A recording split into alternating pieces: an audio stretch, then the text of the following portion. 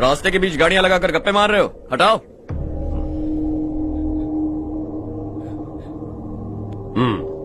बोल बे। जल्दी हटाओ, जाना है।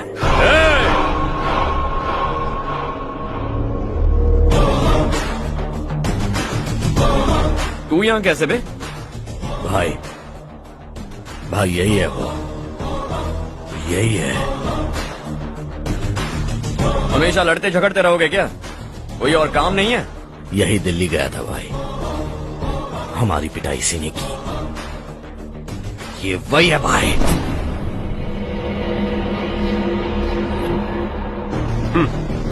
एक ही जगह पर दोनों शिकार एक साथ, मजा आएगा। तो तू है मिनिस्टर का बेटा? दिल्ली जाकर तेरे बाप को समझाने की कोशिश की थी मैंने, फिर भी उसने इन गधों को भेजा। इन्हें भी एक बार समझाया था, पर लगता है एक एक को सेपरेटली समझाना पड़ेगा। कुछ जरूरी काम से मुझे गांव जाना है। इज्जत से अपनी अपनी गाड़ियां हटा लो। गाड़ी छोड़, तुझे इस दुनिया से हटाऊंगा। बस में सब रुके हुए हैं, तुम सबको जल्दी निपटाना पड़ेगा। आ जाओ आ जाओ आ जाओ आ जाओ आ जाओ।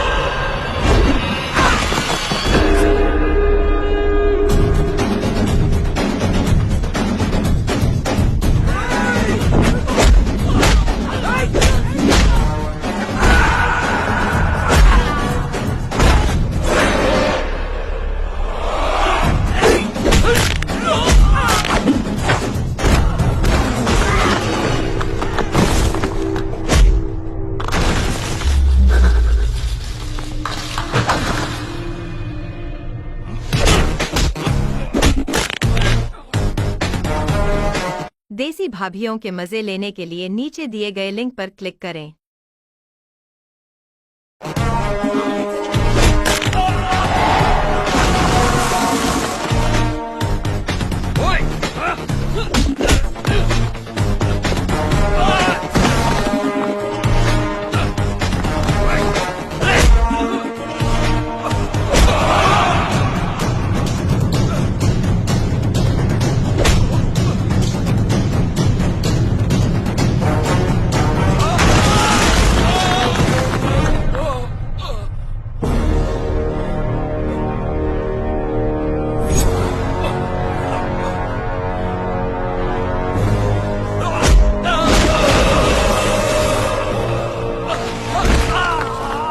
अपने बाप को समझा दे, वरना उसका भी यही हाल करूंगा।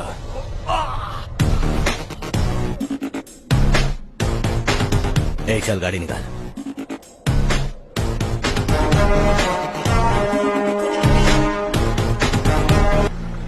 चलो साइकिल उतारो।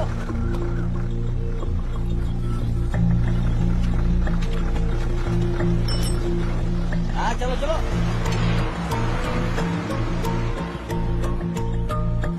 देवरकोट जाने का रास्ता बताएंगे?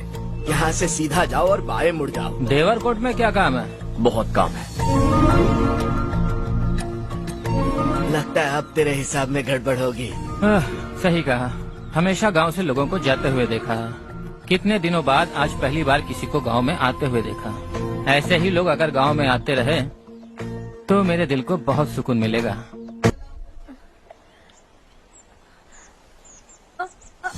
अरे बेटा, क्या हुआ?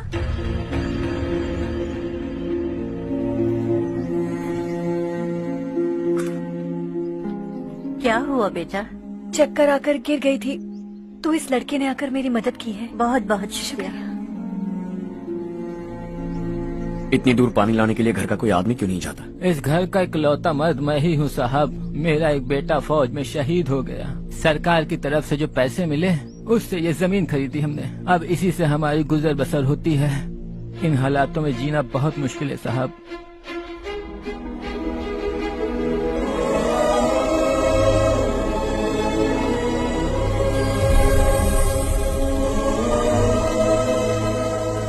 सुनिए सुनिए बेटा, कौन है आप? यहाँ किसी काम से आया।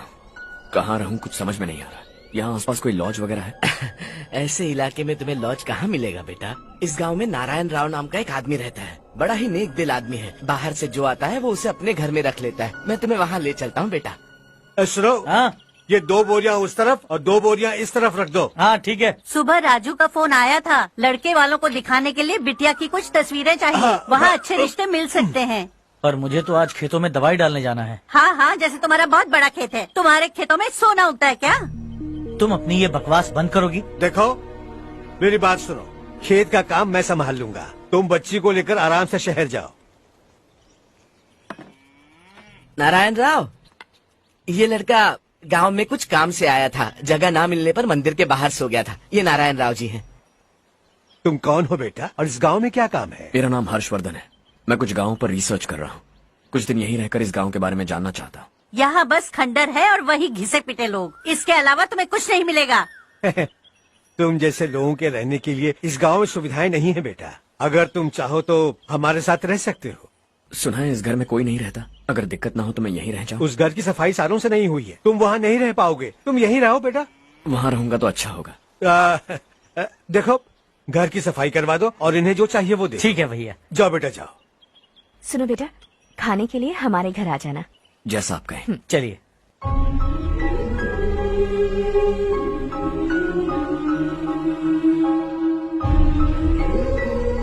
ये भैया के करीबी दोस्त का घर है।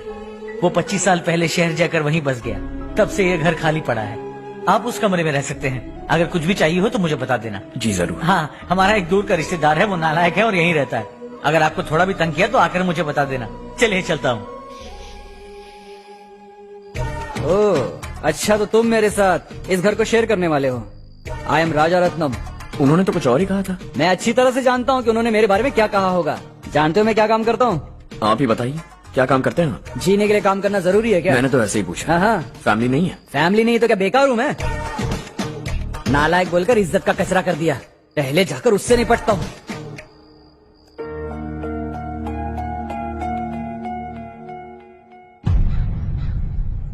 सुना है कि वो ZPTC का मेंबर हमारे खिलाफ अनाप शनाप बक रहा है। मुहूर्त देखकर अपने पेड़ों के बीच घसीट कर लाना उसे। हाँ बोलिए भैया। हमारी पॉलिटिकल सिचुएशन बिल्कुल भी ठीक नहीं है। हमारी वजह से जिले में बहुत सारी दिक्कतें आ रही है, जिससे हाई कमांड भी मुझसे नाराज है। अगर ऐसा ही चलता रहा तो मेरी कुर्सी मुझसे छिन जाएगी। अगले चुनाव में भी कोई उम्मीद नजर नहीं आती। इस हालात को सुधारने के लिए हमें कोई न कोई नेक काम करना ही होगा, समझे? नेक काम करने की कोई जरूरत नहीं है भैया, कोई क्या उखाड़ लेगा। हाँ, ऐसे टाइम पर रिस्क नहीं लेते। अब लगता है मुझे ही कुछ करना होगा। भाई साहब बौखला गए। देसी भाभीियों के मजे लेने के लिए नीचे दिए गए लिंक पर क्लिक करें।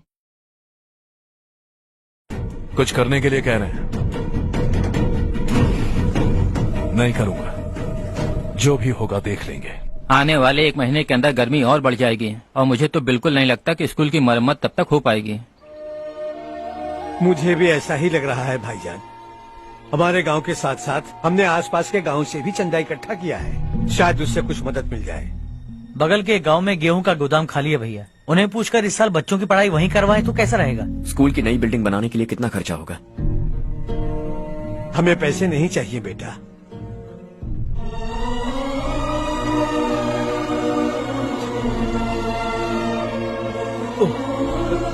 देखो बेटा, तुम यहाँ कुछ स्टडी करने आए हो, इन सब की तो हमें पहले से आदत है। हम मिलजुल के सुलझा लेंगे इसे।